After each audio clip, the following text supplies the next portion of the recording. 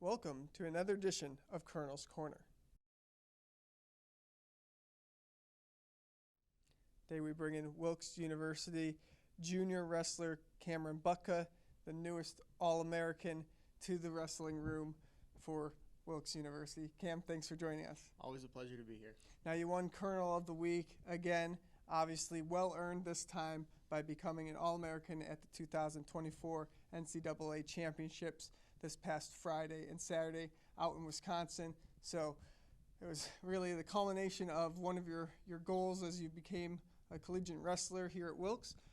So how did it feel to be able to place fourth out there and reach that goal? Oh, it was awesome. That tournament was unlike anything I've ever been a part of before. Everything was like super official. Not saying that other tournaments aren't, but like I feel like the only way you get like a true understanding of how it is down there is actually being a part of it. Like viewing it is one thing, being in the arena and getting escorted around like you're super important is like another thing. It's so cool. Yeah, I put in so much hard work this year, and I'm just really happy that it paid off. Now you earned your All-American status after picking up 2 wins on Friday, first in the round of 16 with the decision victory over Dylan Haar of Johnson Wales, and then you beat Coy Spooner of the Coast Guard in the quarterfinals to cement that All-American status. Can you just talk about that match against Spooner?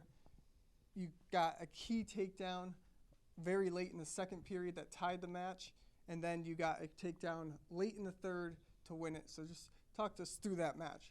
Yeah, obviously I knew my opponent in that match from Coast Guard was a really, really good wrestler. I'm pretty sure he was a national champion and a national runner-up in previous years. So, yeah, going in, obviously I was a little bit nervous, but I went in to work, and that's all I really – everything was on the line there. I knew there was other paths to being an All-American, but winning that match would have secured me top 6, and it did. So just going into that match, I obviously did some scouting before. When you wrestle guys like this, you kind of have to know a little bit. I don't usually like to know what my opponents do, but in this scenario, I kind of had to know a little bit. So, yeah, I did my scouting with Coach the night before and the day of.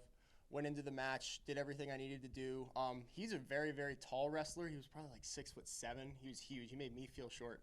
But, yeah, it was really close the whole time. I think he took me down. He rode me out for a little bit. Then I rode him out, canceled out riding time. Took him down 2 more times and secured the win. So it was a crazy match. Obviously, like I don't know if you have a clip at the end.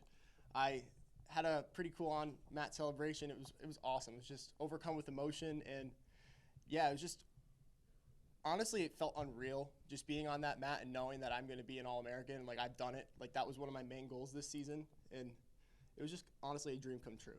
So. And then you had a tough loss in the semifinals. By a 1-point margin, which put you into the consolation semifinals on Saturday, where you defeated Dylan Haar of Johnson Wales a second time in the tournament, which has to be tough to beat the same opponent. They've seen you, they know what you do, you know what they do. It's just a tough bout. Talk us through that one that cemented you at least in the top 4 into that third place bout. Yeah, my consolation semifinal match, like you said, I did wrestle the same opponent that I wrestled the first match I had at the NCAA tournament.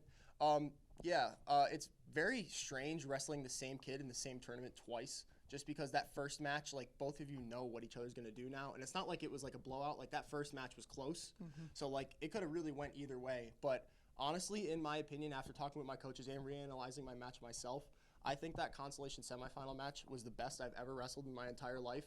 Like that first time I wrestled him in my round of 16 match, he was dominating ties. He was getting me in a Russian tie, and it was just like way closer than it needed to be. In that second match, I dominated. I felt like I got all of my shots I needed to do. I was in my ties. I was doing my setups, doing everything that I needed to do instead of relying on just his ties and everything. So it was just, honestly, I think the best I've ever wrestled.